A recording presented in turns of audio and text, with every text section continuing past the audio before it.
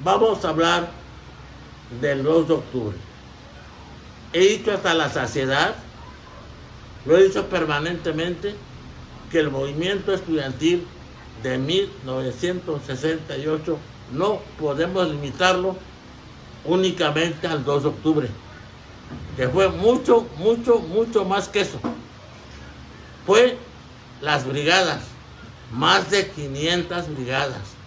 Fueron los 6 puntos de petición.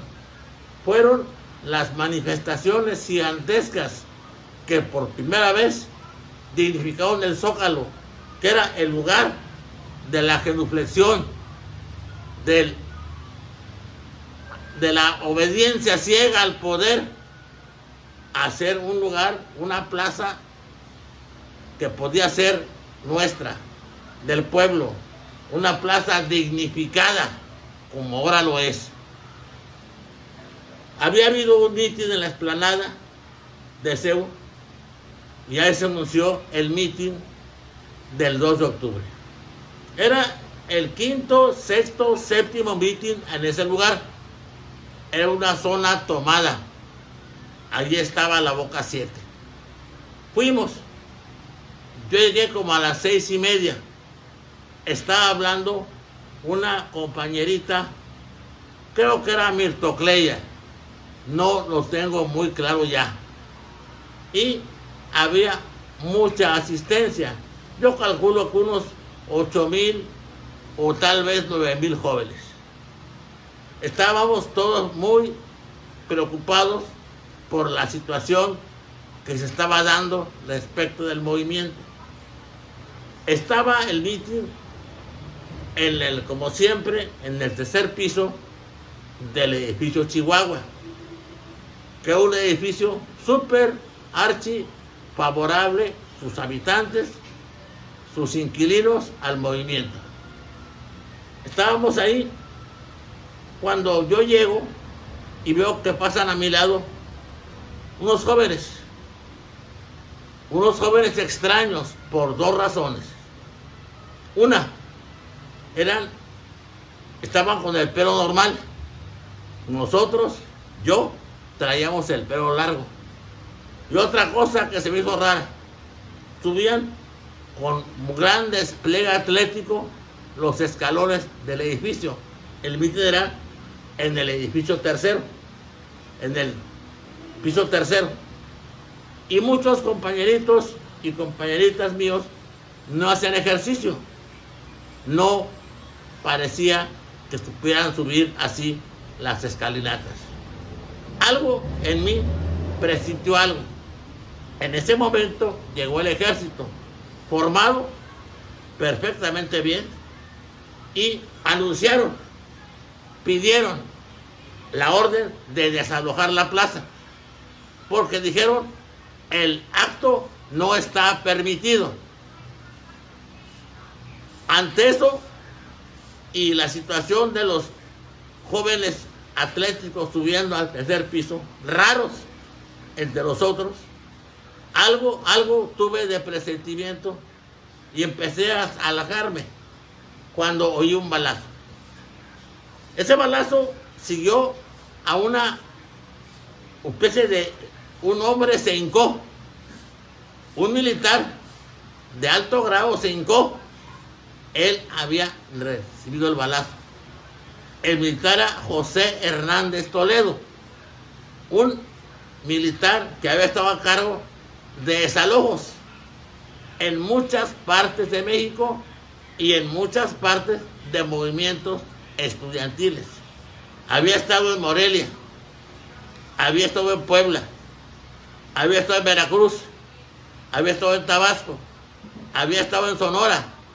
Era el experto del régimen en desalojos estudiantiles, siempre con golpistas, siempre con fuerza excesiva, pero no llegaban a la muerte. Este hombre había recibido un balazo, después supo que una de las posaderas de sus nalgas, en una de ellas, ese balazo, era imposible que se lo dieran la gente que había subido al tercer piso y que ya disparaba desde ahí hacia la gente. Imposible, esa bala se la dio a alguien muy cercano a él o directamente atrás de él con el fin de quitarle el mando. Yo pienso, especulo, que a raíz de eso el evento ya no lo dirigió Hernández Toledo. Tuvimos una situación, yo corrí por el lado del convento. El lado del convento, la iglesia estaba cerrada, la puerta. No la habían cerrado los sacerdotes, que eran a todo dar y que estaban con el movimiento. Corrí y seguí dando una escuadra por lo que es hoy creo que Museo Tlatelolco o Museo 2 de Octubre, y entonces era la Secretaría de Relaciones Exteriores. Ahí vi a una muchacha que estaba parada, como paralizada, como en catatonia, como asustada. La agarré de un brazo, de una mano y la jaloneé y me la llevé corriendo. Cuando volteé para agarrarla, vi que venía mucha gente detrás de mí.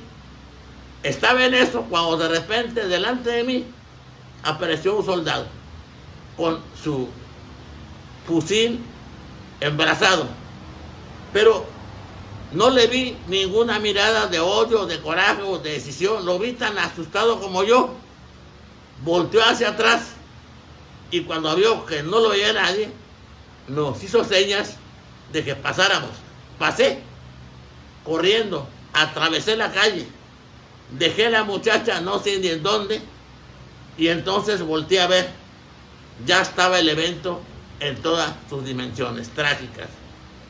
Hombres sacaban sus brazos, sus manos a través de las ventanas del Chihuahua y disparaban. En uno se veía un guante blanco, en otros de otro edificio o de otro piso más allá se veía un pañuelo, como que alguien había puesto comandos diferentes en unos departamentos y en otros, y disparaban hacia los que estaban abajo.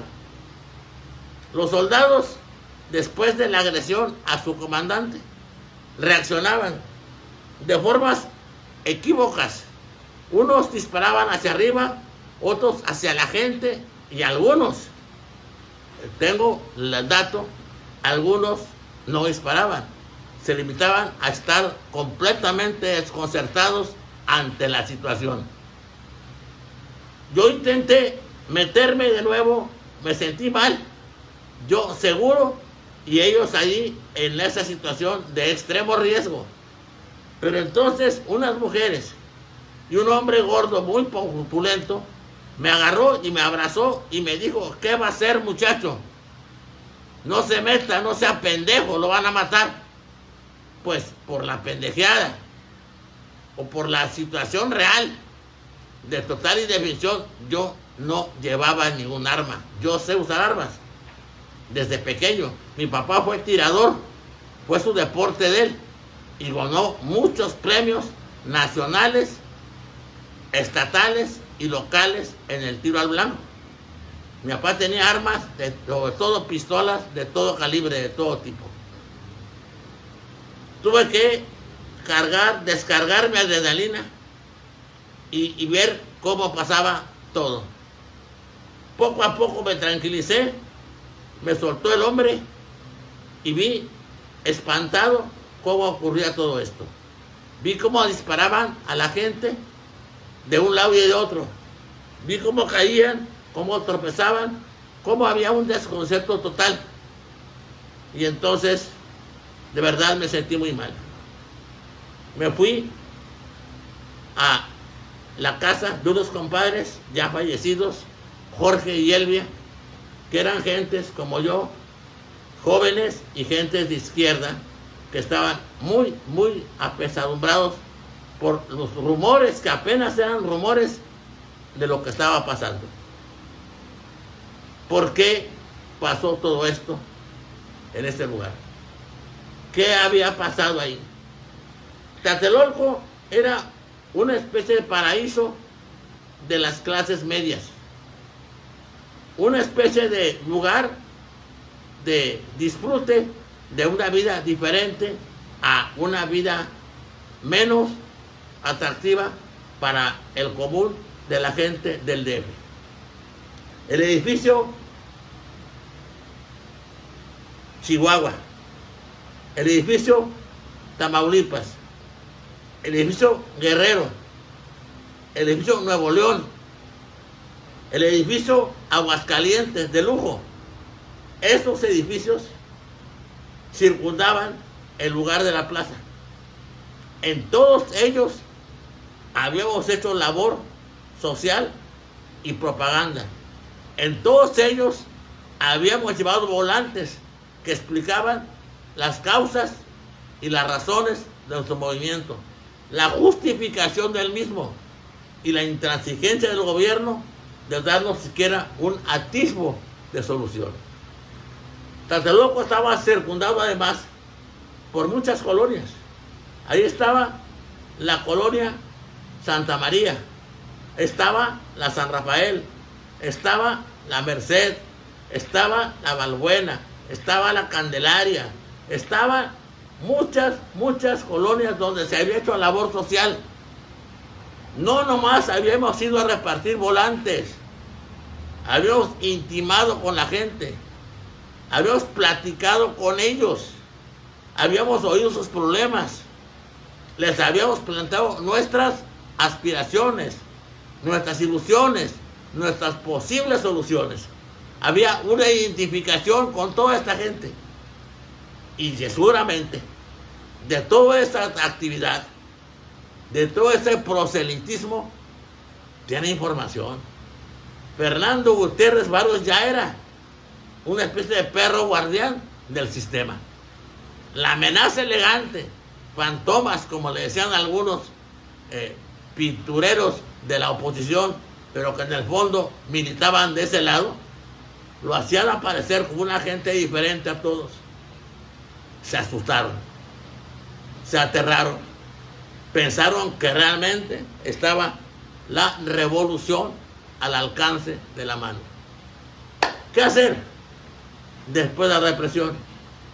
La prensa nacional, la televisión nacional, guardó, como ahora, silencio absoluto.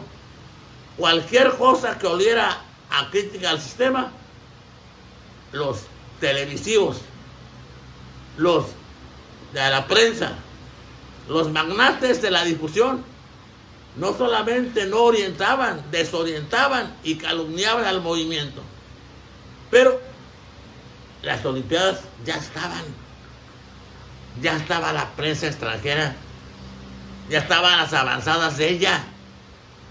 Y una periodista, por cierto, guapísima, Oriana Fallaci, italiana, estuvo en el movimiento y fue herida.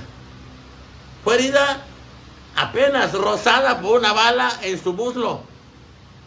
Pero la mujer hizo un escándalo mayúsculo y no fue nada con el que hizo su prensa. La prensa italiana, ya de por sí, condicionada para exagerar las notas. El gobierno mexicano asesina a su pueblo, punto. Era cierto, era verdad, pero la prensa aquí no lo decía. Y eso repitió otra prensa extranjera. Se repitió en Inglaterra, en España, en Francia, en Estados Unidos, en todos lados, mientras aquí la prensa vendida y los televisivos, los empleados, los dueños de los canales de televisión no decían absolutamente nada, como siempre.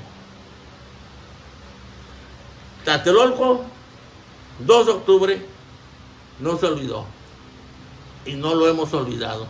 Fue, ya dije, una parte de un movimiento extraordinario del que los que participamos estamos súper orgullosos de haber cumplido con nuestro papel como seres humanos.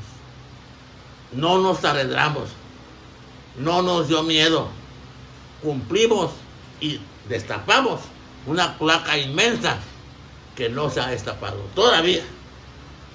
muchas cosas han cambiado. Se ha mejorado mucho.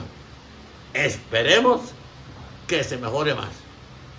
Muchos de los que están en el movimiento social ahorita que promueve los cambios tienen realmente legitimidad histórica.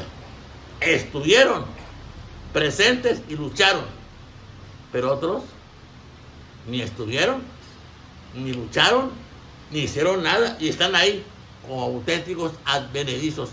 Lo más grave es que algunos de ellos están conspirando para que los avances sociales ya no prosperen, ya no sigan, ni siquiera se sostengan. Hay muchas cosas por hacer en México. Esperemos que los que hoy tienen el mando, la dirección y la conducta lo puedan hacer. Sin prisas, pero sin pausas. Que no los detenga nadie. Los muertos están enterrados en la tumba intranquila del futuro y nos siguen haciendo señas y nos siguen llamando. Hay muchas cosas todavía por hacer en México. Se han hecho muchas. Definitivamente. Se está luchando cuesta arriba con mucha oposición interna y externa. Ya lo sabemos. Los Estados Unidos, el país, el gobierno dedicado al narcotráfico y a la narcopolítica desde hace años, el que promueve revoluciones, entre comillas, para poder hacer contrarrevoluciones a todo plan, con mayúscula, está presente, está actuando. Tenemos que estar los mexicanos más que nunca alertas y solidarios. Tenemos que apoyar a los que están trabajando por el México que aún no tenemos, pero que queremos, que deseamos, que necesitamos y por el que muchos de mi edad, ochentón ya, luchamos. Dios bendiga a México, Dios bendiga a todos ustedes, Dios les dé fuerzas a ustedes, sobre todo a ustedes, los más jóvenes, las más jóvenes, para seguir luchando por transformaciones reales. Dios los bendiga a todos, nos vemos pronto.